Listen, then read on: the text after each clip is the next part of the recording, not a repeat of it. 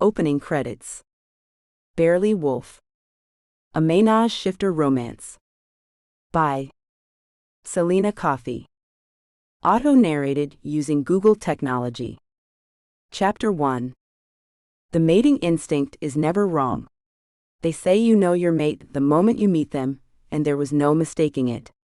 We both saw her the moment she walked into that bar. Not even saw, sensed. Every sense was on alert in a moment. Censored. Pulsing through me, and the bar went hazy as I resisted the urge to shift, challenge every single other male within a 3-block radius. Mine, my blood called, and the call was sweeter and more terrifying than anything I had ever known. At my side, Damien swayed as well. He was young, younger than I would have chosen for my omega, but an alpha did not pick their omega any more than they picked their mate. Damien was my other half, gentle where I was harsh, brokering peace where I would have fought. From the look on his face, however, there was no difference in our feeling now. He too was overwhelmed with Censored. He wanted to challenge. He wanted to take, to possess. I had thought that when the moment came, I would be overwhelmed with jealousy. How could I not, after all? But now that she was here, I understood. Damien and I were one, and she would be ours, not mine. I even knew deep in my bones what the elders meant when they said that we would be hers as well. The sound of breaking glass brought everyone's attention to us, and I realized the beer bottle had shattered in my hand. I shook my head, looking down at the glass on the floor, and gave everyone a rueful shrug. They laughed and turned away, and I tried to ignore the thrill of fear as a bartender came to sweep up the glass. At 34, I had long ago learned that most people saw only what they expected. It was likely that no one in this run-down place had noticed the glass shattering in my hand instead of dropping from it, and even if they had, they would never realize where that strength came from. Still, any shifter knew to be cautious. Damien and I looked at one another before we looked for her. There was a sense of the world growing unsteady on its axis, and he sought my guidance even as I sought his reassurance. They say the mating instinct is never wrong, but you can't just walk up to a woman in a bar and ask her to mate with 2 shifters for life. Human women, it turns out, get a little bit touchy about that. We looked around, and I, at least, wondered if I would be able to pick her out by sight. But I knew her the moment we saw her. She was stealing a glance at me when I saw her, like she'd looked over when the bottle shattered and then never looked away. The mating instinct was never wrong. If everyone was right about that, she'd be feeling it too. As a human, though, she wouldn't understand what she was feeling, and she wouldn't want to admit that she wanted us both equally. I was nervous, I realized. I hated that. I was never nervous. It's all right. Damien's voice was amused, and his smile only widened when I shot him a look. She won't bite. You're the one who bites. Thank you for reminding me. I lifted my finger to call the waitress over, and noted her immediate attention with amusement. Every woman who likes men anyway, notices an alpha when he comes into a room. She may not know what she sees in him, and she may try to deny it. But she'll notice and she'll look, and she'll keep looking all night. The waitress's attention had been fixed on me since I came in here. When she came to take my order, she bent in a little closer than she needed to. The woman in the white shirt. I kept my voice even. Get her another of whatever she's having. Disappointment flickered in the waitress's eyes and was quickly gone. I saw her reminding herself that she didn't know me, and then she went to bring my order in. I saw her unconscious glance at the other woman, measuring the desirability, trying to decipher my choice.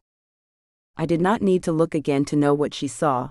The woman's face was etched in my mind. Deep brown, with a pointed chin and a wide mouth, she had surprisingly delicate brows and brown eyes that seemed to be smiling even when her face was at rest. Her white halter top made her skin shine, and delicate drop earrings caught the light, emphasizing the length of her neck and the proud set of her shoulders. She already carried herself like a queen. I looked over as the bartender set the drink in front of her, and met her eyes when she looked back at me. A brief nod, and I looked away. She must not feel trapped. She must choose to come over to me. I knew it instinctively, and it terrified me. Even now, I could feel the turmoil of that first moment, the call of her. I knew she was perfect. I knew it. And I was filled with a terror like I had never known, that she might walk away, that she might not feel it. That my instinct would be misplaced. The moments ticked by, interminable, and then I saw Damien's eyes flicker as he looked up at someone coming closer. She was here. I smelled her, felt the heat of her, as she stopped next to the table. Thank you for the drink. Her voice was light and amused. I tried not to shudder with relief, or censored. I wanted to stand here and now and take her in my arms. Censored. Those perfect lips, and feel her melt against me. I wanted her riding me, my hands on her hips and her head thrown back, her eyes closed. Down, boy. I took a moment to steady myself before looking over, and smiled. I saw her appreciate the strong line of my jaw, the way my shirt clung to the muscles underneath. Did she feel it? I could only hope. Will you sit? She slid into the booth just a bit too quickly, and it was all I could do not to exchange a significant glance with Damien. There was a smell to her, elusive, that both called to me and troubled me. It was gone in a moment, and I looked over with a smile. I'm Jack. Imogen. She smiled back and looked across the table, lifting her brows in question. Of course, she would be wanting him too. Again, I felt the absence of jealousy, and wondered at it. Damien. He lifted his glass with a smile, and I took a moment to look at him the way she must be. With pale skin and almost delicate features, Damien still exuded the predatory grace of a hunter, and his shirt was tight enough to leave little to the imagination. His eyes were blue to my green, and he kept himself clean-shaven while I often wound up too busy with my duties to shave each morning. Anyway, I liked the stubble. So, I drew her attention back to me, noting how readily her head turned. Mine. Never seen you here before? Never been here before, she replied. Her smile faltered for a moment, as if she were recalling something half-remembered. I actually don't know why I came in here. I knew, but it wasn't something she'd believe just yet. Well, we're glad you did. We? Damien mouthed at me. He covered for it quickly. Where do you usually hang out, then? She laughed, an infectious sound. Nowhere. I'm very boring. I work and go home. Usually, of course. What about you? Her smile was full of mischief. You come here to buy drinks for strange women? Actually. Damien leaned close, and as people always did, she leaned in to meet him. He always seemed like he was talking just to you, creating the illusion of a world with no one else in it. He's never done that before. I saw her blink, and duck her head in sudden shyness, biting her lip on a smile. Damien was a miracle worker. She looked over at me, her eyes flickering down as if she didn't dare meet mine for too long. You've really never bought anyone a drink before? Really? I held her gaze, knowing she was blushing, and took a sip of my new beer. Her shyness made me want to growl with pure possessive. Censored. You're different. To my surprise, her smile was gone in an instant, and she looked like she was considering leaving right then and there. I put my hand out on her arm and almost wished I hadn't. The touch was electric, making my breath come short. What did I say? A question Damien had taught me, one that hadn't been in my vocabulary until he came on the scene. I saw his faint nod of approval. Are you all right? Another one of his classics. It's not, I know you didn't mean it that way. She looked down and then over at Damien. People always wanted to confide things in him. It just hit a nerve, you know? You think everything's fine and then someday you wake up and it's not fine. Not anymore. Maybe that's part of why I came in here tonight. I've never fit in anywhere. It seems small, but I wanted to change it. I thought I'd try somewhere new. Hey. Damien's voice was intimate, in the way only he could get away with. You're talking to a guy who's only ever bought a lady a drink once. And between the two of us, he's the lucky one with ladies. So?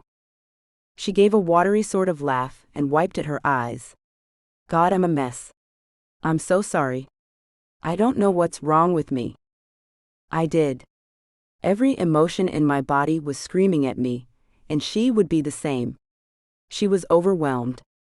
Humans fall in love and they even know passion, sometimes if they're lucky.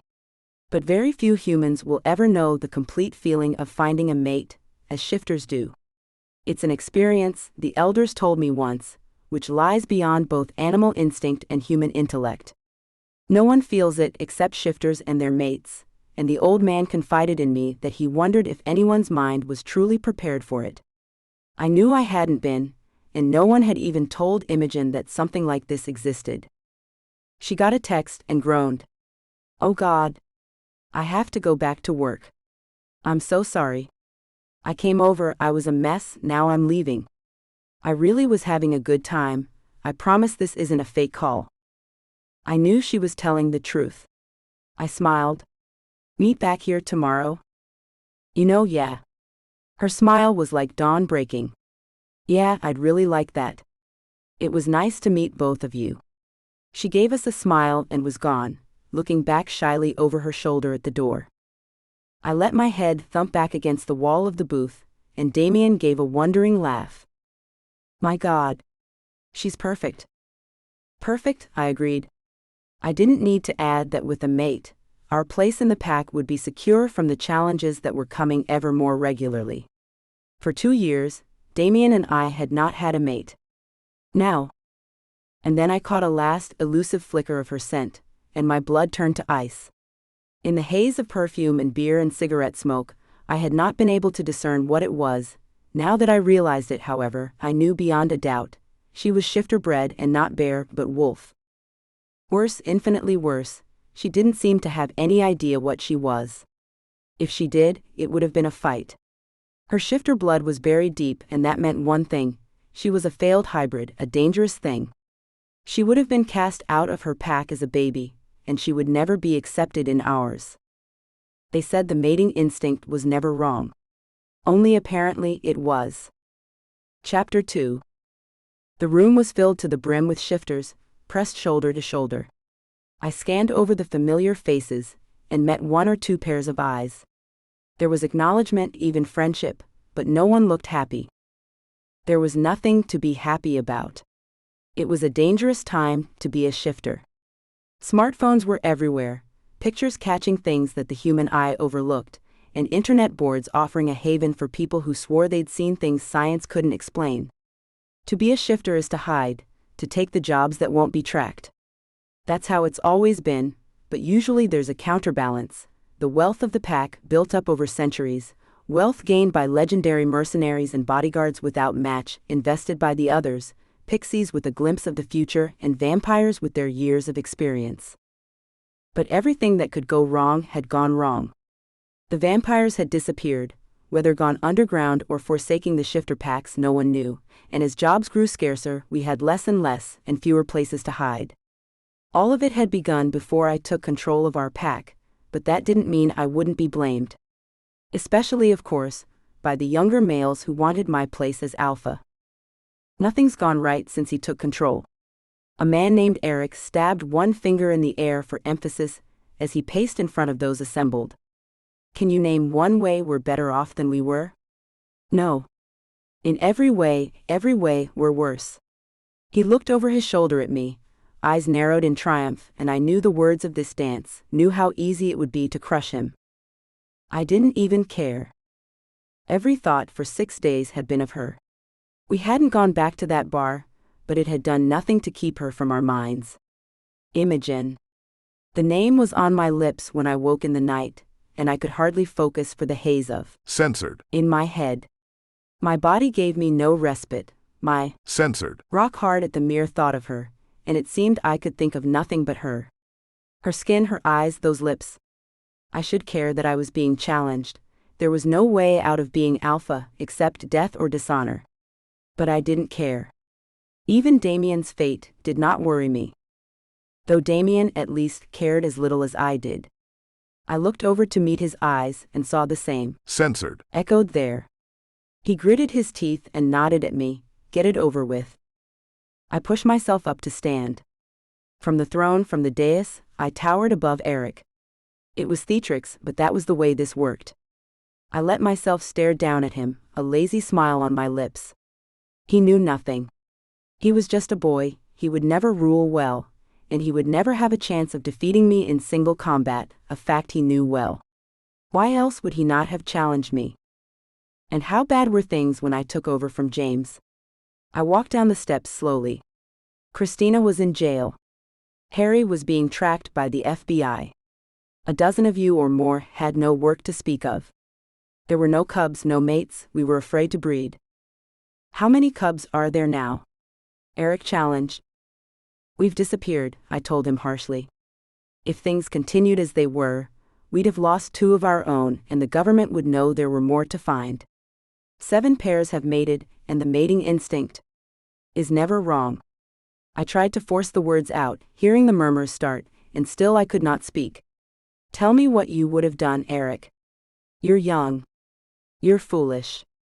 Would you have broken into that jail, all mission impossible? You want to be James Bond? Would you have led a raid on the FBI offices and killed their agents? Yes. So they would know that we existed? I asked quietly. So that they would seek retribution? You're scared. His voice was venomous. You know you can't take them on. The whole U.S. government? Where do you think it would stop? Once we kill the FBI, they'll call in anyone.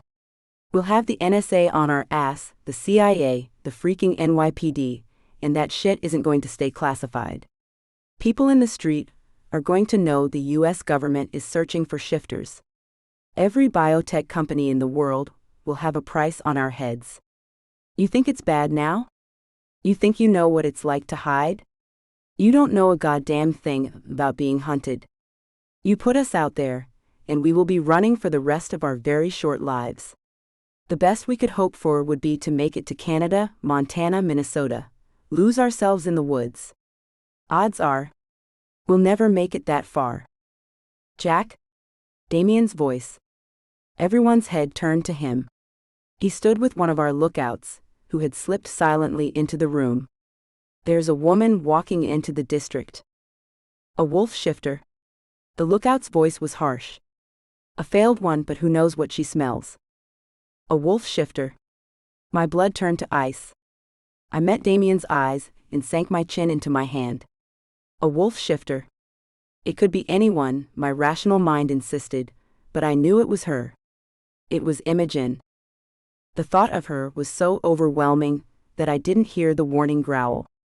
Eric's hand was lashing out before I even thought to react, half-shifted claws raking my censored. And there was a gasp from the crowd as I stumbled back.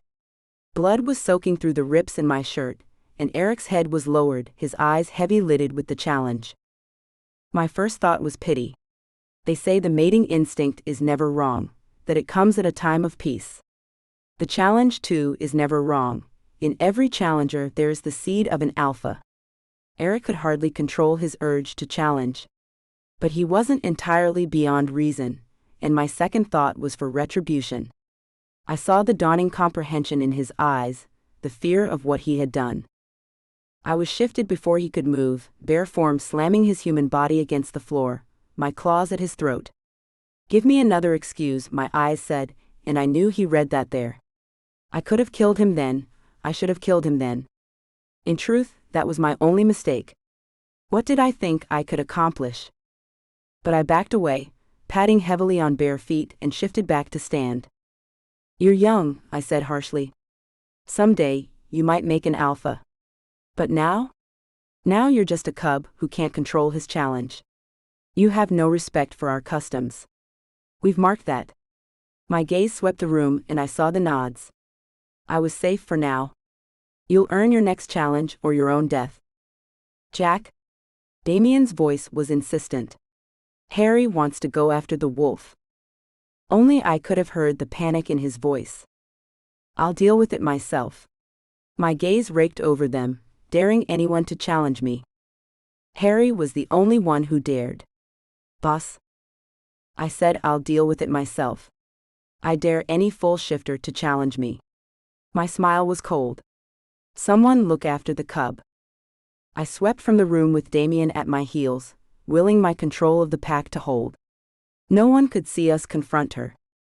No one could see that I was going to let her go. Because even now, knowing that I had to kill her, that no matter her ignorance, she was dead for stepping on our territory, I knew I didn't have it in me to kill my own mate. Chapter 3. What are you going to do? Damien's voice was tight. Are we being followed? What are you going to do? Are we being followed? There was a pause, and I heard him sigh. No. Good. Jack, just think about this a second. He grabbed my arm and swung me around, and I saw him choose to stand his ground when I bared my teeth. I was fresh from a challenge, I might well have killed him. But Damien was tied to me, not only by instinct but by love. He reckoned the danger a worthwhile cost. Please. His voice was low. Doubt arced through me. Am I wrong? I asked him, my voice shaking. I hoped I was. I hoped beyond hope that he would say he didn't feel it, that this was some passing madness. When he bowed his head, I gritted my teeth and looked away. You're not wrong, he said quietly. Or I feel it too. Then what do we do? Nothing. His voice was desperate. For God's sake, Jack, come back with me. We'll send Harry out. There was a roaring in my ears. He'll kill her. Yes. And we'll be free of this. We won't have to see it. I saw the flicker of doubt in his eyes, and I could not keep myself from pressing him on it. You think you could sit in there and know she was dying, and do nothing to stop it? I drew him close, watching the fear in his eyes. You think you wouldn't go out there and kill him to save her? Because if anyone in this pack tried to kill her, I would turn on them. We could do it. If we just agreed, we could do it. You know that's not true. I spoke quietly. And every moment we wait is a moment Eric might decide to do another stupid thing. I set off, and a moment later, Damien followed me. He nearly got you. His voice was steady. No one else would dare say such a thing, but Damien was my omega. A few more inches and you would have been dead. You might have survived. I'm not worried about me. His voice was sharp. I'm worried about you. God damn it, Jack, I would do anything for you. Don't. I didn't want to look at him, feel the depth of his devotion. I didn't want to see it mirrored in my own soul. I was at the mercy of too many instincts just now. I won't. You have to hear this. Jack. I would do anything to keep you as this pack's alpha. It's in my blood, it's who I am, but I would make the same choice in a second if it weren't. Then find us a way out of this, I snapped. I stopped and pressed my hands against my eyes, then balled them into fists. I'm sorry. No. It's an impossible situation. He shook his head. We just have to send her away, Jack. You need to remember that. We have to send her away. But I lost my train of thought and he wasn't listening anyway because there she was. The moonlight caught on her hair where she stood, silhouetted at the end of the alleyway. She was looking at us, I could feel her regard. And where she should have run, to see two men approaching her in the dark, she stood her ground. I knew then that she had been looking for us, that the instinct had her as deep in its grip as it had us. That made me feel better. It shouldn't. Imogen. I spoke quietly as we approached, and I saw her joker in surprise stumble back. You. Her voice was half prayer, half curse. Both of you. What are you doing here? This is our land. I kept my voice even, but it took everything I had. What are you doing here? I came. She shook her head. It's not important. You have to say it. It was a command. Tell me. What are you doing here? Jack? Damien's voice. He was breaking, yearning to go to her. The warning in my eyes was met only with longing. He shook his head at me and walked into the moonlight, his eyes fixed on her. Imogen. It's dangerous to be here. You know that. It was a question, why? He knew why as well as I did. And he knew too that she had to say it. That only if she said it herself would she believe it. "I don't know why I'm here," she said.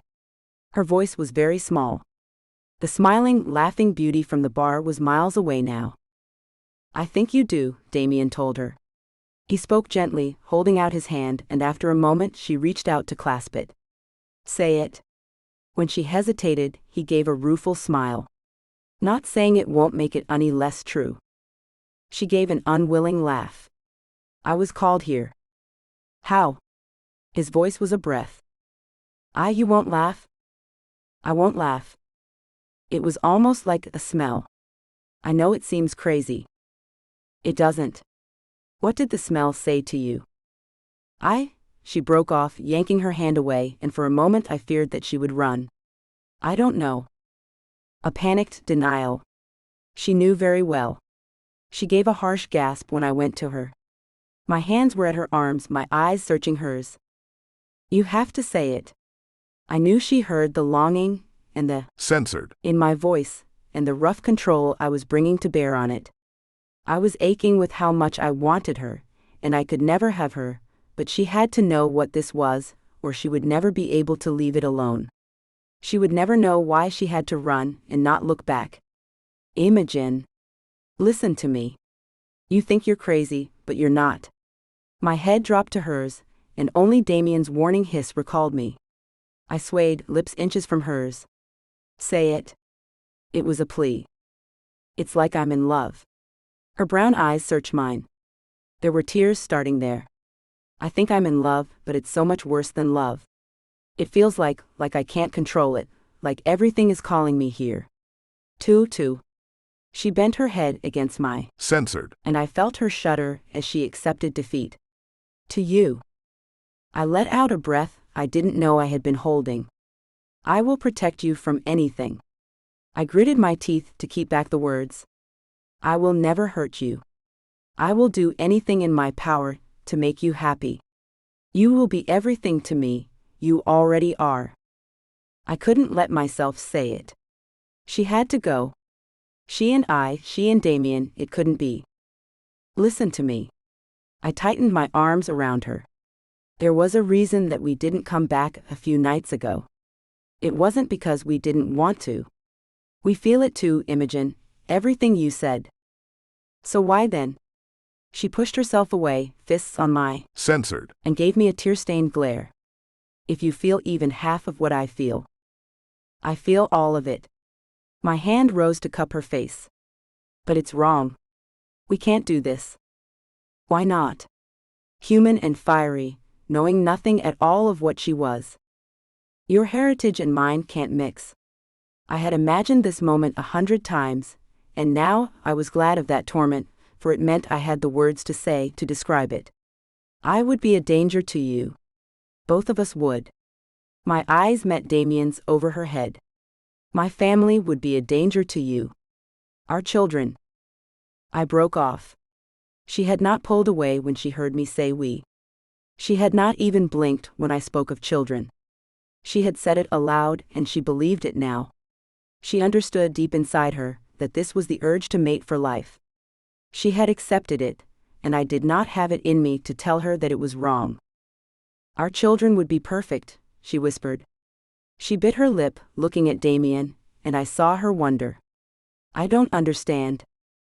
"Don't understand what?" My fingers traced over her arm, and I held her close, looking at Damien as well. I shouldn't be doing this, shouldn't be touching her, holding her. But it felt right. I craved the moment she realized that she wanted us both. I craved an understanding she should not have because we could not indulge it. "I want you," she said, and I could hear the incomprehension in her voice. She did not realize yet that she was speaking to us both. She still thought she had to choose. "I want you." She looked back into my eyes. I shouldn't have done it, but I could no more resist her than I could stop the earth from turning. I tightened my arms and heard my own sigh of satisfaction as my lips came down on hers. Chapter 4. This scene has been censored to provide a safe and enjoyable reading experience for everyone. I heard the footsteps at the same time as Damien, danger thrilling in our blood as we pulled ourselves away. Caught between us, Imogen swayed. She was not full shifter, she did not have the senses we had. What? Run! I pushed her in the small of her back, and grabbed her hand to guide her in the dark, as the three of us took off. Was it Eric? Harry? One of the pack, and that was enough to push me and Damien to a flat-out sprint. Our den was nearby, a building with high rent but very good soundproofing, and I dragged Imogen along beside me as I willed her to run as fast as she could. We could not be caught. They would kill her, and then they would kill me, and lastly they would kill Damien. I could not let that happen. Damien broke away to unlock the door, and we tumbled into the dark corridor. I pulled Imogen up the stairs behind me as Damien slammed the door shut and locked it, and he was behind us, urging us on as we climbed to the 7th floor. I heard the door rattle, and fear rose up to choke me. No. They could not catch her. She could not be our mate, but they could not catch her. They would kill her. When at last we stumbled into the apartment, she was nearly sobbing with exertion. Half shifter or no, she was not used to running for her life. I eased her onto the couch, feeling her legs shake, and looked over to where Damien had his eye pressed at the peephole. I locked the gate on the 5th floor. He turned slowly. It'll take them a while to get past that. The question was not in his voice flat, but in the words themselves. Would anyone even try? This was known to be our den. If they had followed us here, tracked the elusive scent, they might know we were here with the shifter, but would anyone believe that enough to try to confront us with it? I was the alpha, and Eric had already made a misstep tonight. It would make him cautious. Harry, well, perhaps I still had his loyalty. What's going on? Both Damien and I looked back to the couch in surprise. We had been so lost in the danger that for a moment we had forgotten what had started all of this. Now we watched her meet our eyes stubbornly. I'll do it, Damien said after a moment. No. I got us into this mess. I took a seat on the coffee table, my elbows on my knees, and looked up to meet her eyes. Imogen. I'm sure the answer is no, but do you have any idea what you are? She stared at me and I saw it, the flash of knowledge. She had always suspected how different she was. But she didn't know how, and there would have been no way to guess it, and so she had buried the knowledge of her difference for years, following the rule never to think of it, never to wonder about it. She knew, somehow, that if she started to question her humanity, it would lead her somewhere terrifying. Now she hesitated only a moment before she rejected the thought. I don't know what you mean. She shook her head. The first night you met us. My voice was low. I knew what I was doing to her, and I did not want to cause her that pain. But she had to know. You told me you'd always felt different. You said you never belonged. You walked into that bar for reasons you didn't understand, but I'm willing to bet you couldn't have walked past it if you tried. For a moment, I thought she would reject that too.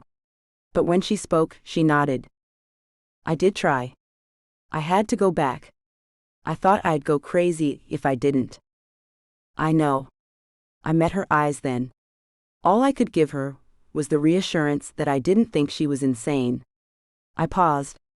What do you know about your parents? My father raised me. She shook her head. He never talked about my mother. She left me when I was little. He said it was the only thing he ever said about her. He said it broke her heart to leave me. He told me that before he died, I think he didn't want me to blame her. Her voice rose. But if it broke her heart to leave me, why did she leave? She turned her head away, pressing a hand over her mouth.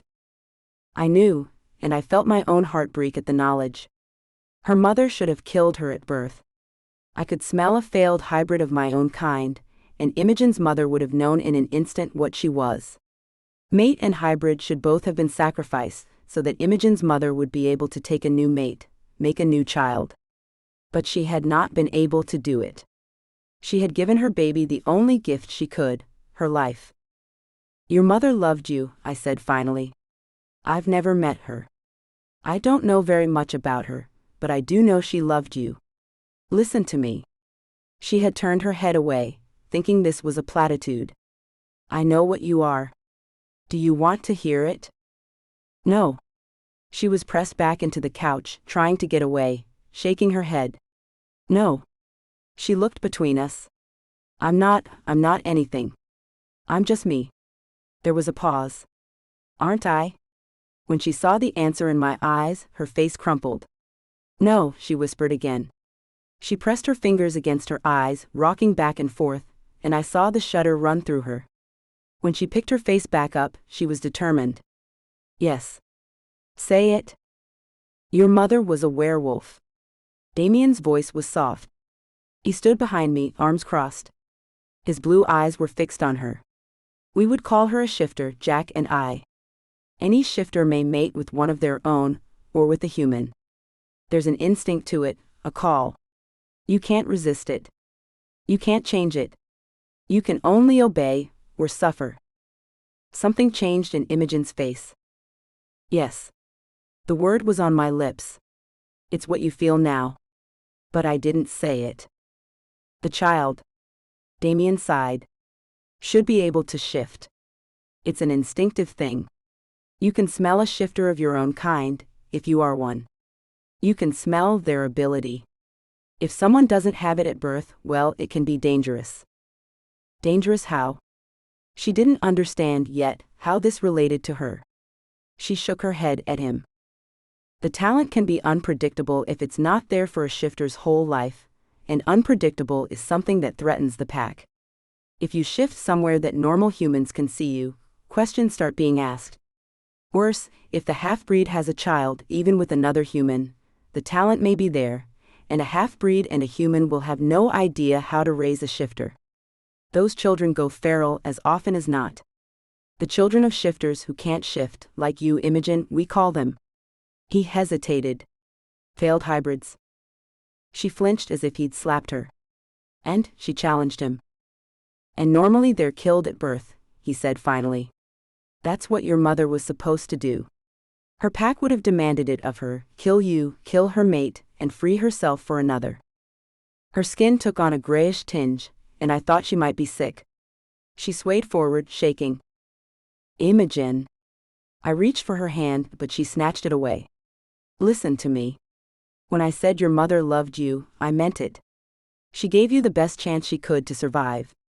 If she ever saw you again, they'd know it. They'd find you. And so she was shaking her head. It's not true. You know it is, I said simply. So what then? You're not supposed to mate with me. I'm bad blood. She threw the challenge in our faces, and Damien turned his head away. Yes. I let the word drop into the stillness. She had to leave. She had to go, or my pack would find her and they would kill her. It's not just that. You're descended from a wolf pack, Imogen. We're bear shifters. She stared at us for so long that I began to wonder what she could possibly be thinking. I pictured her running down the stairs and going to the police. I pictured Harry waiting outside for her. I pictured Eric on the hunt. When she stood, Damien and I both tensed. I won't let my pack kill you, I said finally. You want me? The response was simple. No. Yes. My God, I want you. But it's wrong. I saw Damien move to block the door. We weren't going to let her walk into that danger alone. But she only looked around herself, and then she looked into the bedroom with its 2 king beds. No. I don't care, she told us. She let her hair down, a tumble of tight curls that bounced as she walked. Her shirt dropped to the ground, she stepped out of her heels and her bra was unhooked a moment later. I watched her as she looked over her shoulder. I want you, she said simply. That, we might have resisted. I want you both. The words were a breath. I felt my resistance crumble and knew I was lost. Chapter 5. She was waiting by the bed when I came into the room, her head bowed. I let my eyes linger on the shape of her as I went to touch her, laying my lips at the nape of her neck. She fit perfectly in my arms. We can't do this. I spoke against her skin, and she trembled when my breath brushed against her. She was wise enough not to answer. She turned in my arms and pulled me down for a censored. Her fingers skimmed up under my shirt, and I raised my arms without hesitation, stripping the shirt off and pulling her close. Skin against skin, I clung to her, my hand cupping the back of her head as my Censored. into her mouth. I could feel her smile against my mouth. When I heard Damien come into the room, I could not say if I hoped he would stop this or not. This scene has been censored to provide a safe and enjoyable reading experience for everyone. The knock on the door joked us from our reverie, and I was moving before I had time to think about it. My look to Damien said everything: protect her. It was Harry, waiting tensely in the hallway. He took in the scent of me, and his eyes narrowed for a moment. Then I saw him make a choice. I came to warn you. Loyalty resonated there, deeply. There's been a challenge. Who? Eric? Eric wouldn't. His eyes caught and held mine, and I heard the warning in his words. Well, it's crazy, but Eric's saying you've mated with a wolf. He was offering me a choice, offering me his loyalty, and I did not know what to say. I bent my head, trying to hide my expression, and Harry backed away. I told them not to be crazy, he said quietly. Told them you'd never do that. I'll tell them you're going to answer the challenge when you're awake. So be there in the morning, and for God's sake don't smell like her. I shut the door and felt it warp in my hand. I had just made the biggest mistake of my life, and it was going to cost me everything. Chapter 6. They were dressed when I came into the room, and she was pulling on her shoes, fear in her eyes. That was Harry. I met Damien's eyes. He said Eric's issued a challenge. Why? The only question. Because I've mated with a wolf. I felt the somewhat hysterical urge to laugh. Even Eric, determined to discredit me, could not believe I'd done something as stupid as to mate with a failed hybrid. And Harry said he told them I wouldn't do something like that, and that he'd tell them I would respond in the morning. Imogen turned her head to look between us. She knew there was significance in what I was saying, but she didn't know how much. And, she whispered, Harry would have known the second he opened the door that it was true, Damien told her. He's giving Jack the chance to do. His voice trailed off. It had been one thing to speak aloud about the choice Imogen's mother had faced. Now that it was over and done with, Damien could not bring himself to say aloud the choice that I was being offered. No, Imogen whispered. I would never hurt you. I looked up and met her eyes. Never. I hoped she could hear the truth in my words. I would never hurt you. Then what's the choice? What chance is he giving you? To do something I would never do. I could not bear for her to think for a moment that I would take the bargain. But if... She shook her head. If you don't do it. She swallowed at the thought. Then what? He loses his place as alpha. Damien spoke quietly. That's not so. They'll kill him. He cut her off. What? And Damien, I said quietly. And? You. When you said we couldn't, that we shouldn't. She looked away. We should have told you. No. You did tell me. And I? We did too. My voice was low. It was? All of our faults. Her voice was bitter, the creeping panic just a hint now. She could not believe what was happening. I'm not going to let them kill you. I knelt at her side. We'll run. Find you a safe place far from us. They won't look too hard. The wolf packs are strong. If they got the wrong wolf, it would be war. They'll let you go as long as they get us. I'm not going to let you pay for this yourself. Her voice was horrified. You could survive. How? It was a challenge thrown down. You're my mates, aren't you? Isn't that what you said? It doesn't matter how crazy it is, you're right. You're my mates. I knew the second I saw you in that bar that I was going to love you. I still know it. If I don't have you, if I have to know you're dead. She swallowed and pressed a hand over her belly. Oh no. My voice was a whisper. But it was true, it could be true. She might be carrying our child now. There's another option, Damien said quietly. What? I looked up at him, my gaze dull. I'll go with her. What? Imogen and I spoke at the same time, our voices rising. Tell them it was me.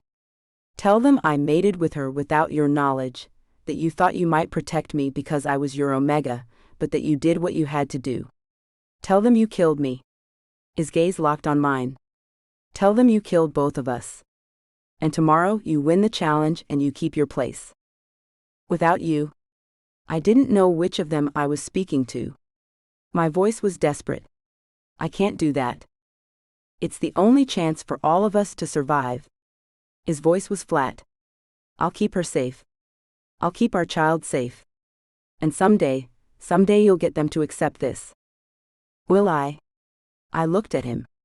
My voice was shaking. I could not face a future without them.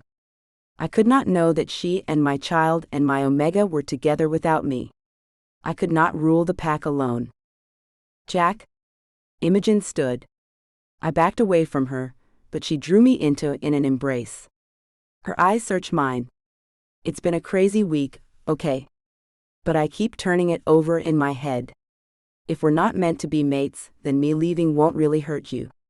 Right? Don't go, I whispered.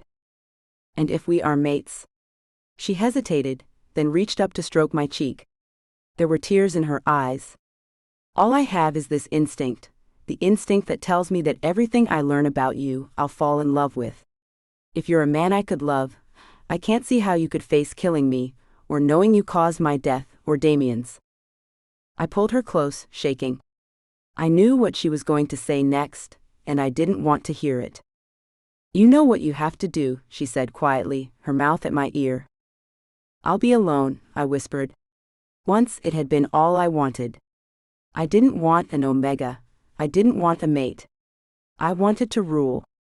But Damien had showed me another way, and Imogen as well. It won't be forever. Damien's voice was quiet. You know enough now to persuade them to accept it. You're clever enough. You can hold your place while you make it safe for her. You can, Jack. I knew I had no choice, and yet, how could I let them go? Every part of me wanted to go with them, even knowing how we would be hunted. I bent my head and wrapped my arms around her. I don't want to let you go, I murmured into her hair. There were tears in her eyes as she broke away to Censored. Me. We have until morning, she whispered. Thank you for reading my book. Click here to read Kill Order now. Or get 30% off when you buy the next ebook directly from my website. https://payhip.com/b/ujda. Use exclusive discount code BACKFOR kilo. About the author. Selina Coffey is a romance writer who lives happily in London with her husband and son. She is a hopeless romantic who grew up always believing in love, and she is not ashamed to admit this. It is this belief that makes her so passionate about writing crazy love stories. A stereotypical girly girl, she loves shopping. So whenever she gets a chance and the spare cash, you will probably find her browsing online for the next pair of shoes to add to her collection. You can find her online at www.selinacoffee.com. Contact her at hello@selinacoffee.com. Closing credits. This has been Barely Wolf. Written by Selina Coffey. Auto-narrated using Google technology. Copyright 2024 by Lovey Books Limited. Production copyright 2024 by Lovey Books Limited.